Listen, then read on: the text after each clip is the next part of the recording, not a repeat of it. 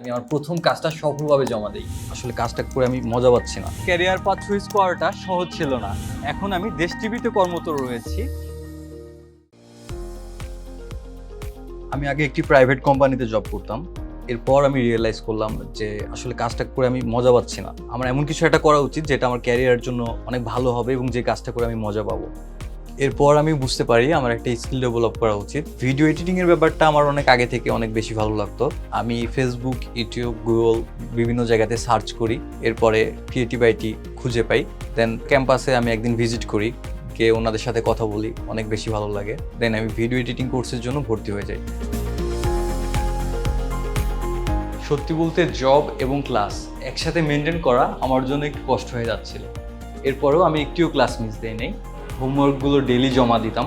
আমাদের মেন্টর উনি অনেক বেশি সাপোর্টিভ ছিল। উনি তার অফ ডেতেও আমাদেরকে হেল্প করতো। তো কোর্স চলাকালীনই আমি আমার প্রথম ক্লায়েন্টের কাজ হাতে নেই।